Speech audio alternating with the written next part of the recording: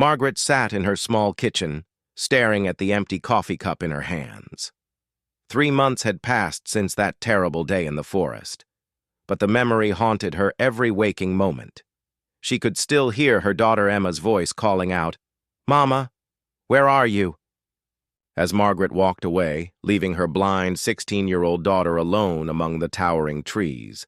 The decision had seemed impossible at the time. Margaret was a single mother working 2 jobs just to pay rent on their tiny apartment. Emma's medical bills from her blindness, caused by a rare genetic condition, had drained every penny they had. The doctors said there was no cure, no hope for Emma to ever see again. Margaret felt trapped, drowning in debt and desperation. That morning, 3 months ago, Margaret had told Emma they were going for a walk in Millfield Forest, something they used to do when Emma was younger and happier. Emma had smiled, trusting. Her mother, completely. She held Margaret's arm as they walked deeper into the woods, chatting about the birds they could hear singing and the fresh smell of pine trees. When they reached a small clearing near an old oak tree, Margaret had told Emma to sit and rest while she gathered some wildflowers. Emma had settled on a fallen log, her face turned toward the warm sunlight filtering through the leaves. Margaret stood there for several minutes, watching her daughter's peaceful expression, knowing what she was about to do would destroy both their lives forever. "I'll be right back, sweetheart," Margaret had whispered, her voice breaking. Emma had nodded, humming softly to herself. Margaret turned and walked away, each step feeling like her heart was being torn apart. She heard Emma calling for her when she realized too much time had passed, but Margaret forced herself to keep walking until she reached her car. Now, sitting in her kitchen, Margaret replayed that moment over and over. She had driven straight to the police station and reported Emma as missing, claiming they had been separated during their walk and she couldn't find her daughter anywhere. The search teams had looked for weeks, but Margaret had led them to the wrong areas of the forest, far from where she had actually left Emma. The guilt was eating her alive. She barely slept, barely ate. Her co-workers noticed her dramatic weight loss and the dark circles under her eyes. She had quit her second job because she couldn't concentrate on anything. Every night, she lay awake wondering if Emma was still alive, if she had found shelter, if she was hungry or scared or calling out for her mother who would never come. Margaret's sister Linda had tried to help, bringing groceries and offering support during the search for Emma. Linda didn't know the truth. Nobody did. She believed Margaret was a grieving mother desperately hoping for her daughter's return.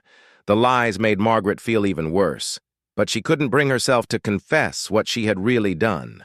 Local news stations had covered Emma's disappearance for the first few weeks. Margaret had stood in front of cameras, begging for anyone with information to come forward, tears streaming down her face. Those tears were real, but not for the reasons people thought. She was crying because she knew exactly where Emma was, and she had chosen to leave her there. The forest where she abandoned Emma was vast, covering over 50 square miles. Margaret told herself that Emma would be found quickly by hikers or park rangers, but as days turned into weeks, she realized how foolish that hope had been. The area where she left Emma was off the main trails, rarely visited by anyone. She had essentially sentenced her own daughter to death. Margaret opened her laptop and, as she did every day, searched online for any news about Emma. She checked missing person websites, social media pages dedicated to finding lost individuals, and local news sites. There was never anything new, just the same old articles from months ago with Emma's smiling school photo and pleas for information about her whereabouts. She scrolled through the comments on these articles, reading messages from strangers offering prayers and support. Some people criticized the police for not finding Emma. Others shared their own stories of missing family members. Margaret wanted to respond to every comment, to tell them the truth, to ask for forgiveness, but she couldn't risk exposing what she had done. The financial pressure that had driven her to this terrible decision hadn't disappeared. If anything, it had gotten worse. Without Emma's disability benefits and with Margaret only working one job now, she was behind on rent and utilities. The landlord had already given her 2 warnings about eviction. The irony wasn't lost on her that she had abandoned her daughter to escape financial problems, only to end up in an even worse situation. Margaret's phone rang, startling her out of her thoughts. It was Detective Rodriguez, the officer assigned to Emma's case. Her heart raced every time he called, terrified that they had discovered the truth about that day in the forest. "Mrs. Williams, I wanted to give you an update on Emma's case," Detective Rodriguez said in his gentle but professional voice. "We've received a few new tips from the public, and we're planning another search of the eastern section of Millfield Forest this weekend. I know it's been difficult, but we're not giving up." Margaret gripped the phone tightly, her knuckles turning white. The eastern section was nowhere near where she had left Emma, but she couldn't correct him without revealing her secret. "Thank you, Detective. I appreciate everything you're doing to find my baby." After hanging up, Margaret collapsed into sobs. She realized she had reached a breaking point. The guilt, the lies, the constant fear of discovery had become unbearable. She needed to know what had happened to Emma, whether her daughter was alive or dead. She couldn't continue living this nightmare of uncertainty and self-hatred. Margaret made a decision that terrified her but felt inevitable. Tomorrow, she would return to Millfield Forest. She would go back to the exact spot where she had abandoned Emma and search for any trace of her daughter. She needed to know the truth, no matter how painful it might be. She owed Emma that much, even if it meant facing the consequences of her actions. As night fell, Margaret sat by her window looking out at the distant tree line that marked the edge of Millfield Forest, wondering if somewhere in those dark woods her daughter Emma was still waiting for her mother to return. The next morning, Margaret packed a small backpack with water, a flashlight, and some snacks. Her hands shook as she tied her hiking boots, the same ones she had worn that terrible day 3 months ago. She drove to Millfield Forest, parking in the same spot she had used before. The familiar sight of the trailhead made her stomach turn with anxiety and guilt. Margaret walked slowly through the forest, retracing the path she had taken with Emma. Every landmark brought back painful memories of her daughter's trusting voice and gentle laughter. The fallen branch where Emma had carefully stepped over, the small creek where she had paused to listen to the water bubbling over rocks, the steep hill where Emma had squeezed her mother's arm a little tighter for support. As Margaret approached the clearing where she had abandoned Emma, her heart pounded so hard she thought it might burst. She pushed through the last cluster of bushes and stepped into the open space, her eyes immediately searching for any sign of her daughter. The old oak tree stood exactly as she remembered it, its thick trunk casting long shadows across the forest floor. The fallen log where Emma had been sitting was still there, now covered with a thin layer of moss and fallen leaves. Margaret approached it slowly, her eyes scanning the ground for footprints, clothing, or any evidence of what had happened after she left. She found nothing obvious, but then she noticed something that made her blood run cold. Scratched into the bark of the oak tree, about 4 feet from the ground, were marks that looked deliberate. Margaret moved closer and realized they were letters, carved roughly into the wood, as if someone had used a sharp stone or piece of metal. The letters spelled out "Mama, help" in uneven, desperate scratching. Margaret collapsed to her knees, sobbing uncontrollably. Emma had been here, had survived at least long enough to carve this message. Her blind daughter had somehow found the tree and left this heartbreaking plea for help. Margaret traced the letters with her fingertips, imagining Emma's small hands, working desperately to scratch each letter into the hard bark. After several minutes, Margaret forced herself to stand and continue searching. She walked in expanding circles around the clearing, looking for more clues about Emma's fate. About 50 yards from the oak tree, she found a small piece of blue fabric caught on a thorn bush. It looked like it came from the sweater Emma had been wearing that day. Following the direction the fabric suggested, Margaret pushed deeper into the forest. She called out Emma's name, her voice echoing through the trees. Birds scattered from branches overhead, but there was no human response. Margaret's hope began to fade as she realized how vast and dangerous this wilderness was for someone who couldn't see. Then she heard something that made her freeze in place. It was faint, but it sounded like singing. A woman's voice, soft and melodic, drifting through the trees from somewhere ahead. Margaret's heart began racing with impossible hope. Could it really be Emma? She followed the sound, pushing through thick undergrowth and around massive tree trunks. The singing grew louder as Margaret climbed a small ridge. At the top, she could see down into a valley she had never noticed before. Smoke was rising from what looked like a small cabin nestled among the trees. The singing was definitely coming from that direction, and something about the voice made Margaret's chest tighten with recognition. Margaret half ran, half stumbled down the hillside toward the cabin. It was old and weathered, but someone was clearly living there. A vegetable garden grew beside it, and clothes hung on a line stretched between two trees. As she got closer, Margaret could see a young woman sitting on the front porch, braiding what looked like grass or reeds into some kind of basket. The woman looked up as Margaret approached, and Margaret's world stopped spinning. It was Emma. Her daughter was alive, sitting in the afternoon sunlight, her face healthy and peaceful. Emma's hair was longer than before and streaked with blonde from the sun. Her clothes were simple but clean, and her hands moved skillfully as she worked on her basket. "Emma?" Margaret whispered, barely able to speak. Emma's head turned toward the sound, a confused expression crossing her face. "Who's there?" "I don't recognize your voice." Margaret realized with a shock that Emma didn't recognize her. 3 months of separation had changed something between them. Or perhaps Emma's mind had blocked out the painful memory of being abandoned. Margaret stepped closer, her heart breaking all over again. "Emma, it's me. It's your mother." Emma went very still, her hands stopping their work on the basket. For a long moment, neither of them moved. Then Emma's face crumpled, and tears began, streaming down her cheeks. "Mama, you came back for me?" Margaret rushed forward and pulled Emma into her arms, both of them sobbing. Emma felt thinner than before, but she was warm and alive and real.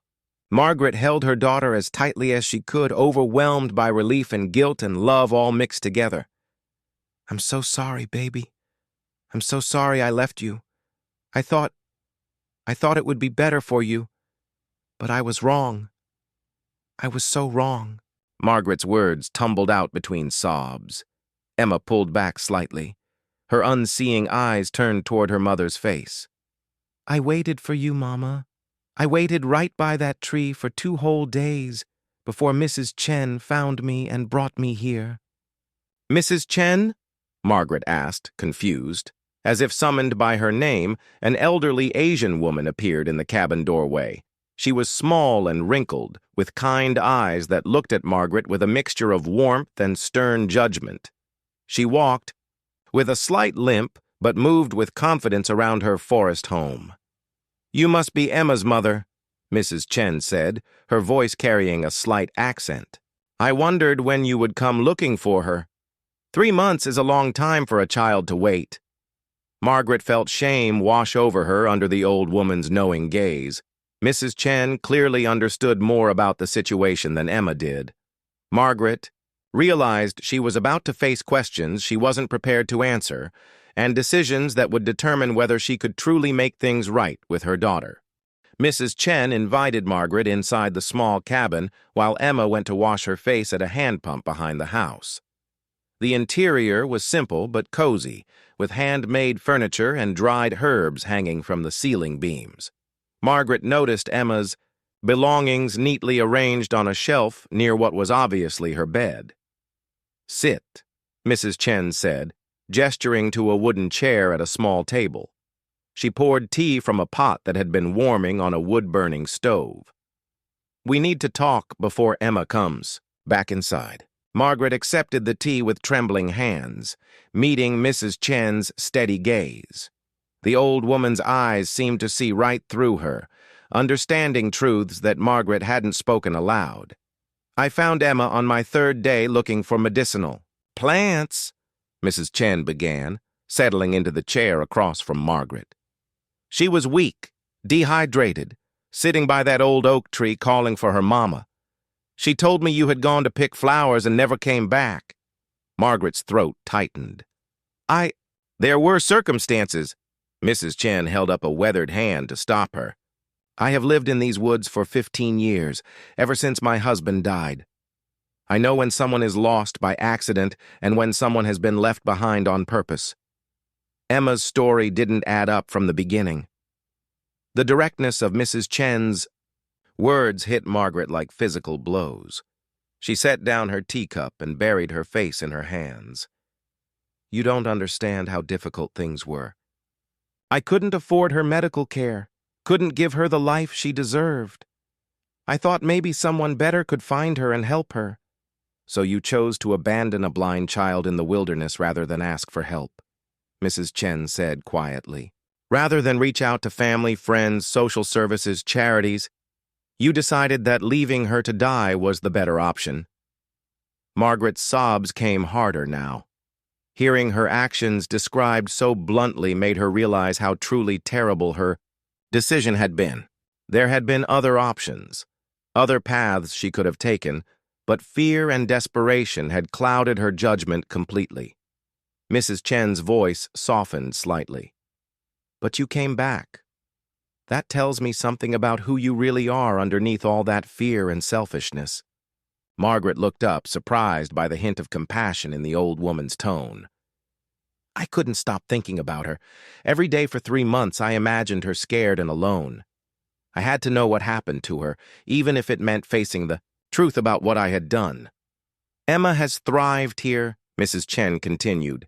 At first, she cried every day for you. She kept asking when you would come back, and I didn't have the heart to tell her my suspicions about why you really left.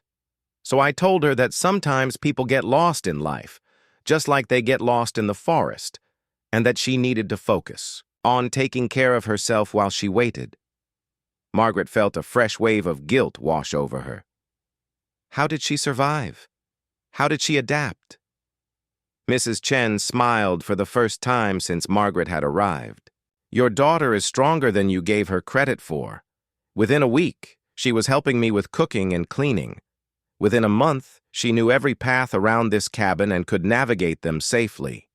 She learned to identify plants by touch and smell, to listen for changes in the weather, to feel the difference between safe ground and dangerous terrain.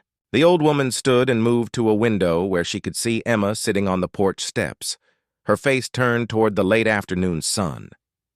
Emma discovered abilities she never knew she had because she was forced to rely on herself. She became confident, independent, capable. She found peace in this simple life. Margaret joined Mrs. Chen at the window, watching her daughter's serene expression. Emma did look different, more self-assured than she had ever been in their tiny apartment in the city. Her posture was straight and confident, her movements deliberate and graceful. I taught her traditional skills my grandmother taught me, Mrs. Chen continued. How to weave baskets, how to preserve food, how to make medicines from forest plants. Emma has a natural gift for these things. Her other senses are so sharp now that she can identify dozens of plants just by touching their leaves. Margaret felt a mixture of pride and heartbreak. Emma had grown and developed in ways that might never have happened in their old life. Yet this growth had come at the cost of abandonment and betrayal that Margaret wasn't sure could ever be forgiven. What do I do now? Margaret asked quietly.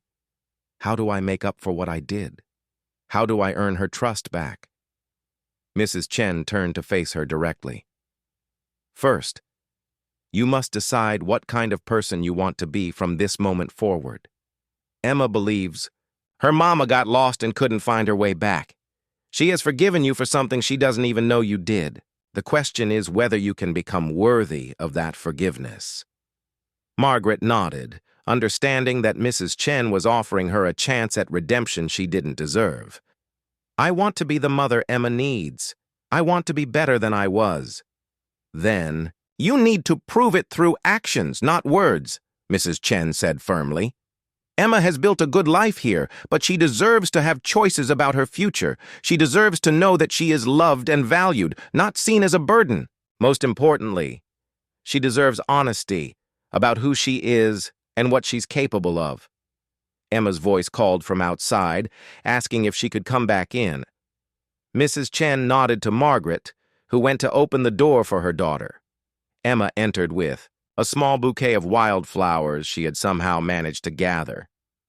I picked these for you, Mama, Emma said, holding out the flowers. Mrs. Chen taught me which ones smell the sweetest. Margaret took the flowers, her eyes filling with tears again.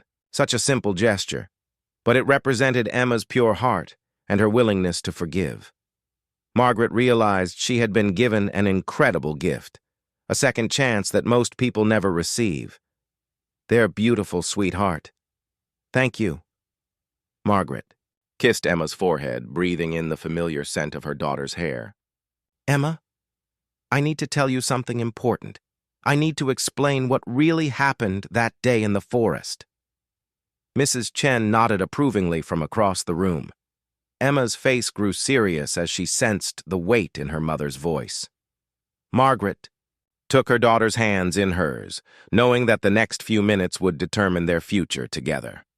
The truth was terrifying, but Emma deserved to know it, and Margaret needed to find the courage to speak it. Margaret sat down beside Emma on the small wooden bench inside Mrs. Chen's cabin, still holding her daughter's hands. Emma's face was turned toward her mother's voice, waiting patiently with the same trusting expression she had worn 3 months ago by the oak tree. Emma, what I'm about to tell you is going to hurt you very much, Margaret began, her voice trembling. I didn't get lost that day in the forest. I left you there on purpose. Emma's hands went very still in Margaret's grip.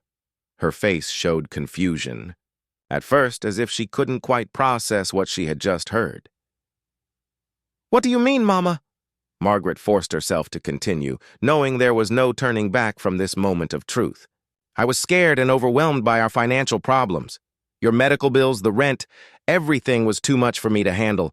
I thought that if I left you in the forest, someone better than me would find you and give you the life I couldn't provide. The silence that followed felt endless. Emma slowly pulled her hands away from her mother's grasp, her face cycling through emotions that Margaret could barely stand to witness. First came disbelief, then understanding, then a pain so deep it seemed to transform Emma's entire being. You left me on purpose? Emma's voice was barely a whisper. You walked away, knowing I couldn't see, knowing I couldn't find my way home. Yes, Margaret said, the word coming out like a sob. I told myself it was for your own good, but I know now how wrong I was. There is no excuse for what I did to you. Emma stood up abruptly and walked to the other side of the small room, her back to Margaret. Her shoulders were shaking, and Margaret could hear her trying to control her breathing. Mrs. Chen watched quietly from her chair by the stove, her expression sad, but not surprised. I waited for you, Emma said finally, her voice stronger now, but filled with hurt. I sat by that tree for 2 whole days, believing you would come back. I was so scared, but I kept telling myself that my mama would never abandon me, that you loved me too much to leave me alone in the dark. Each word felt like a knife in Margaret's chest. She wanted to go to Emma, to hold her and comfort her, but she knew she had lost that right. Her daughter needed space to process this betrayal, to decide how she felt about the mother who had thrown her away like garbage. I carved that message in the tree because I thought maybe other people would see it and help you find me, Emma continued. I used a sharp rock and it took me hours because I had to feel each letter to make sure it was right. My fingers were bleeding by the time I finished. Margaret covered her mouth to stifle a sob. She had seen those carved letters, had traced them with her own fingers, but she hadn't understood the pain and hope that had gone into creating them. Emma turned around to face her mother, tears streaming down her cheeks. When Mrs. Chen found me, I was so weak I could barely walk.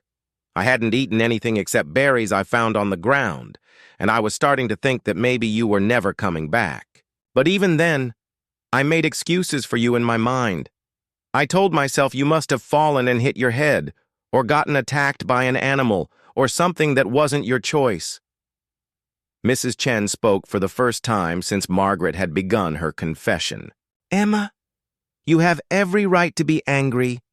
Your mother made a terrible choice that could have killed you. But I'm not dead, Emma said, wiping her face with the back of her hand. I'm stronger now than I was before. I can do things I never imagined I could do. I found out who I really am when I was forced to survive on my own. Margaret looked up, surprised by the strength in her daughter's voice. Emma was standing straighter now, and despite her tears, there was something powerful in her posture that hadn't been there before. I learned that I'm not helpless just because I can't see, Emma continued. I learned that I'm smart and capable and brave. Mrs. Chen showed me that being blind doesn't mean being broken. For the first time in my life, I felt proud of myself instead of sorry for myself. Margaret realized that while she had been drowning in guilt and self-pity for the past 3 months, her daughter had been discovering her own strength. Emma had transformed her abandonment into empowerment, had turned Margaret's cruelty into her own courage. I don't know if I can forgive you, Mama, Emma said quietly. Not right now. What you did was so wrong, so hurtful, that I can't just pretend. It didn't happen because you feel bad about it now. Margaret nodded, understanding that forgiveness would have to be earned over time, if it was possible at all. I don't expect you to forgive me, Emma. I just needed you to know the truth. You deserved that much from me. Emma was quiet for several minutes, seemingly lost in thought. Mrs. Chen got up to prepare dinner, moving quietly around the small kitchen area to give them privacy for this difficult conversation. The sounds of chopping vegetables and stirring pots provided a peaceful background to the heavy emotions filling the cabin. Why did you come back? Emma asked suddenly. If you didn't want me before, why do you want me now? Margaret had been dreading this question because she wasn't sure she knew the answer herself. I couldn't live with what I had done. Every day without you was torture. I realized that losing you was worse than any financial problem I thought we had. I came back because I love you and I wanted to know if you were alive. But you're still poor, aren't you?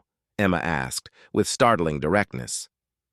You still can't afford my medical bills, so what's changed?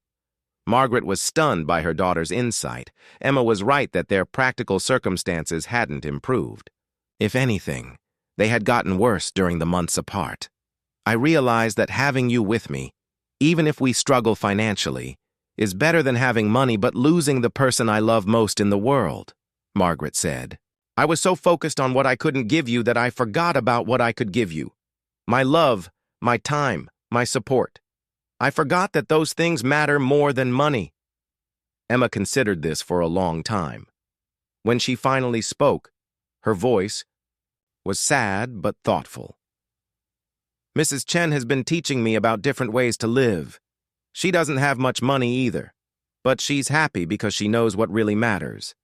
She taught me that people are more important than things and that families should stick together through hard times instead of giving up on each other. Margaret felt a glimmer of hope at Emma's words, but she also understood that her daughter was still processing the betrayal. Emma was wise beyond her 16 years now, forced to grow up quickly by the circumstances Margaret had created. There was no going back to their old relationship, but perhaps they could build something new and stronger if Emma was willing to try. Over dinner that evening, Mrs. Chen shared stories about Emma's time in the forest cabin. Margaret listened in amazement as she learned about her daughter's remarkable adaptation to this new life. Emma had not only survived, but thrived, developing skills and confidence that Margaret had never imagined possible. Emma can identify over 40 different plants by touch and smell alone, Mrs. Chen said proudly. She knows which ones are good for medicine, which ones are edible, and which ones to avoid. She's better at it than some people who can see. Emma smiled shyly at the praise. Mrs. Chen is a good teacher. She's very patient, even when I make mistakes. Margaret watched the easy interaction between Emma and Mrs. Chen, seeing a bond that reminded her of what she had lost with her own daughter. There was trust and mutual respect between them that would take time to rebuild between Emma and herself. After dinner, Mrs. Chen suggested that Margaret should stay the night so they could all continue talking in the morning. She prepared a simple bed on the floor using extra blankets and pillows. As they settled in for the night, Emma spoke quietly to her mother from her bed across the room. Mama, I need to ask you something, and I want you to tell me the truth. Of course, sweetheart. I promise to always be honest with you from now on. When you left me in the forest, did you think I would die? Emma's voice was steady, but Margaret could hear the pain underneath. Margaret closed her eyes, knowing this question would come, but hoping she could avoid it. She had promised honesty, and Emma deserved nothing less than the complete truth. I told myself that someone would find you quickly, Margaret said slowly. But deep down, I think I knew that might not happen. I think I was so desperate that I was willing to risk your life rather than face our problems together. Emma was quiet for a long time. When she finally spoke, her voice was sad but somehow relieved. Thank you for telling me the truth. It hurts, but not knowing was worse. Margaret lay awake most of the night, thinking about everything that had happened and everything that still needed to be resolved. Emma's life here with Mrs. Chen was peaceful and fulfilling in ways their old life had never been. Was it selfish to want to take Emma away from this place where she had found happiness and purpose? The next morning, Mrs. Chen made breakfast while Emma and Margaret talked more about their future. Emma had questions about what had happened in the outside world during her absence, about whether people had looked for her, about what Margaret's life had been like. Margaret told Emma about the search teams, about Detective Rodriguez's continued efforts to find her, about the news coverage and the people who had offered prayers and support. She also admitted how the guilt had consumed her, how she had barely been able to function while Emma was missing. I need to call Detective Rodriguez and tell him you've been found, Margaret said. There are still people looking for you. Emma nodded thoughtfully. What will you tell them about where I've been? Margaret looked at Mrs. Chen, who had been quietly listening to their conversation. I think we should tell them the truth about everything. The detective deserves to know what really happened, and you deserve to have people know how strong and capable you are. Mrs. Chen smiled approvingly. Truth is always better than lies, even when it's difficult, Emma agreed, though Margaret could see she was nervous about facing the outside world again after months of peaceful isolation. They spent the morning discussing practical matters. Emma would need new identification documents since hers had been lost during the search.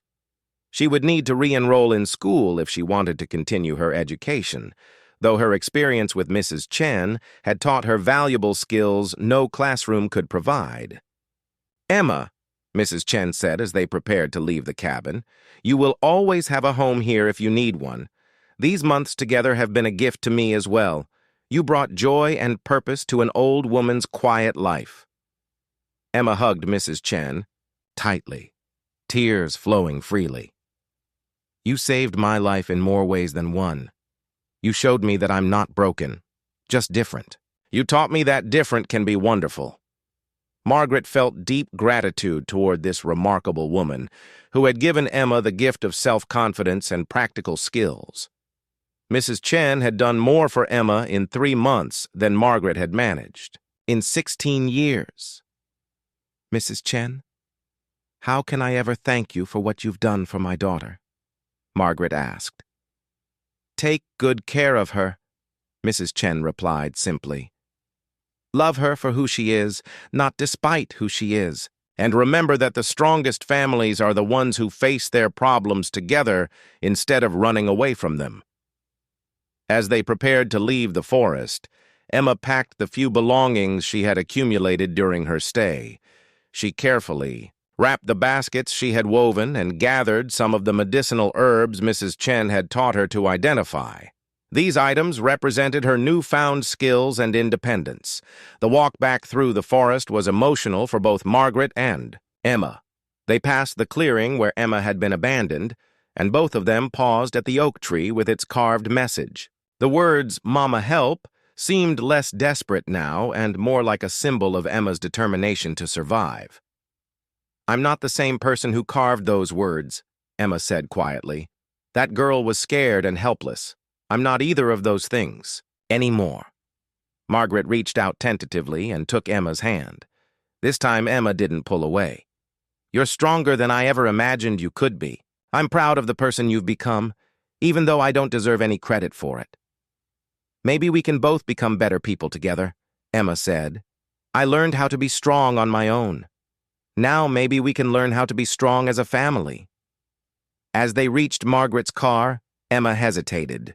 The vehicle represented a return to the world that had failed to see her potential, the world where she had been viewed as a burden rather than a blessing. But it also represented a chance to use her newfound strength and skills in a broader context, to show others what was possible for people like her. Are you ready for this? Margaret asked, understanding her daughter's hesitation. Emma took a deep breath and smiled. I'm ready for whatever comes next. I know who I am now, and that's something no one can take away from me. They drove away from Millfield Forest together, heading toward an uncertain but hopeful future. Detective Rodriguez was waiting at the police station when Margaret and Emma arrived. The detective's surprise was obvious as he saw Emma walking confidently beside her mother, looking healthy and self-assured rather than like someone who had been lost in the wilderness for 3 months. Margaret had called ahead to prepare him for the truth, but seeing Emma in person made the story even more remarkable. Detective Rodriguez had handled many missing person cases, but he had never encountered anything quite like this situation. Emma, I'm so glad you're safe, Detective Rodriguez said warmly. A lot of people have been worried about you and hoping for your return. Emma nodded politely. Thank you for looking for me, Detective. I know my mother has already told you what really happened that day in the forest. Detective Rodriguez looked between Margaret and Emma, his expression serious but understanding. Your mother has been very honest about her actions. Emma, I need you to know that what happened to you was not your fault, and you have every right to press charges if you choose to do so. Emma considered this carefully. Margaret held her breath, knowing that her daughter had every legal right to seek justice for what had been done to her. The abandonment of a disabled minor was a serious crime that could result in prison time.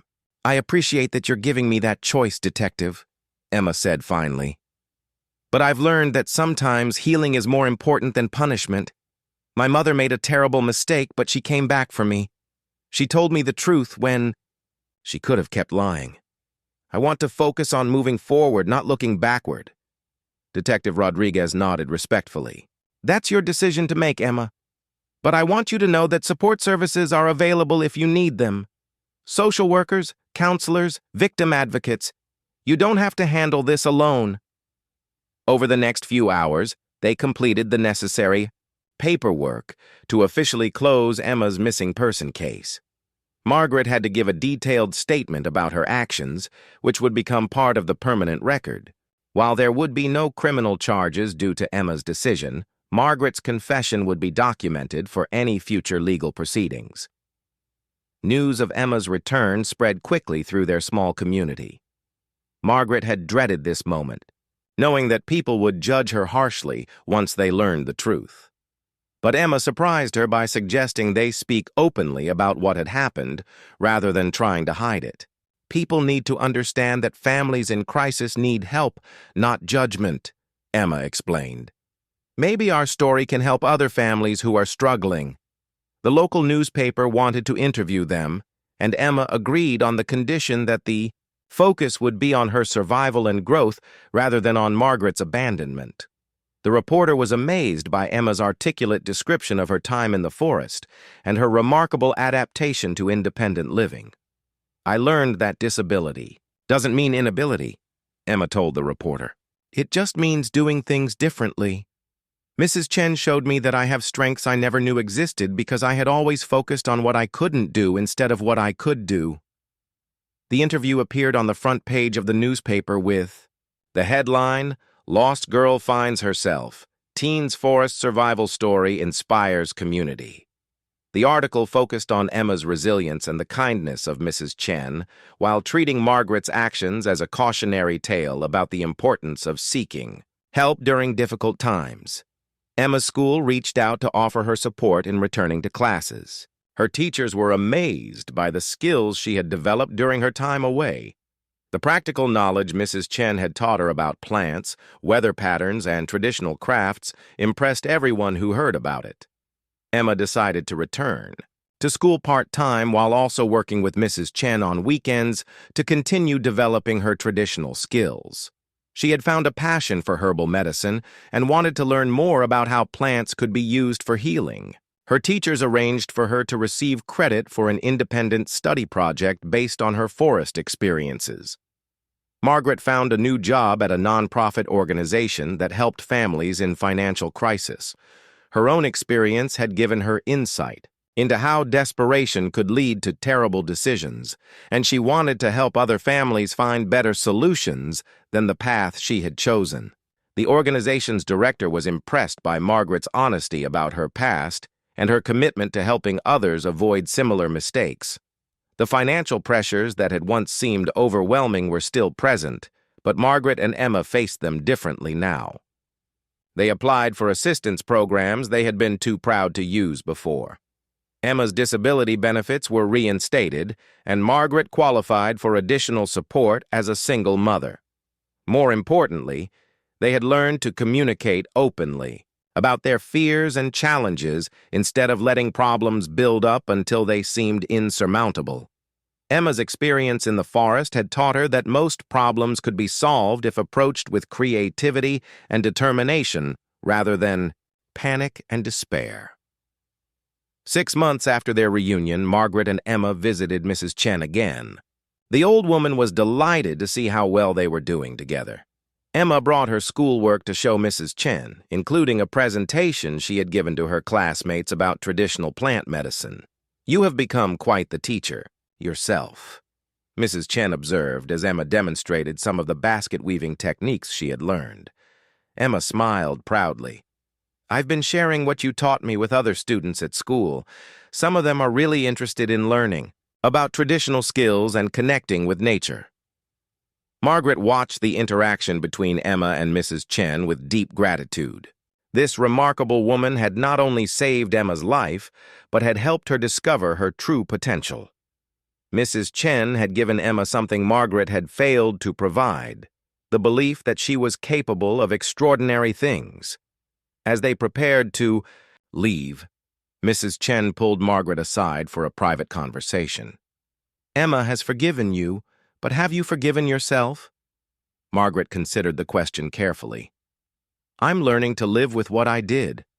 I can't change the past, but I can try to be worthy of the second chance Emma gave me." "Good," Mrs. Chen said. "Self-hatred helps no one. Emma needs a mother who believes in herself as much as she believes in her daughter." On the drive home, Emma was unusually quiet. When Margaret asked what she was thinking about, Emma surprised her with her response. "I've been thinking about how strange life is," Emma said. "The worst thing that ever happened to me led to some of the best discoveries I've ever made about myself. I wouldn't choose to go through it again, but I'm grateful for who I became because of it." Margaret felt tears welling up in her eyes. Her daughter's wisdom and maturity continued to amaze her. Emma had taken a terrible betrayal and transformed it into personal growth and strength. "I'm proud of you, Emma. Not just for surviving, but for choosing to forgive and move forward. You're a better person than I am. Emma reached over and squeezed her mother's hand. We're both still learning how to be better people, Mama. The difference is that now we're learning together. As they pulled into their driveway, Margaret realized that their small apartment no longer felt like a prison of financial stress and limitation. Instead, it felt like home, a place where a mother and daughter were rebuilding their relationship on a foundation of honesty, respect, and unconditional love. Emma had found herself in the forest, and in doing so, she had helped Margaret find a better version of herself as well. Their story wasn't one of perfect redemption, but it was one of genuine growth, hard-earned forgiveness, and the power of truth to heal even the deepest wounds. They had both learned that sometimes the most difficult journeys lead to the most valuable destinations, and that families can emerge stronger from even the worst betrayals if they commit to facing the future together with open hearts and honest communication.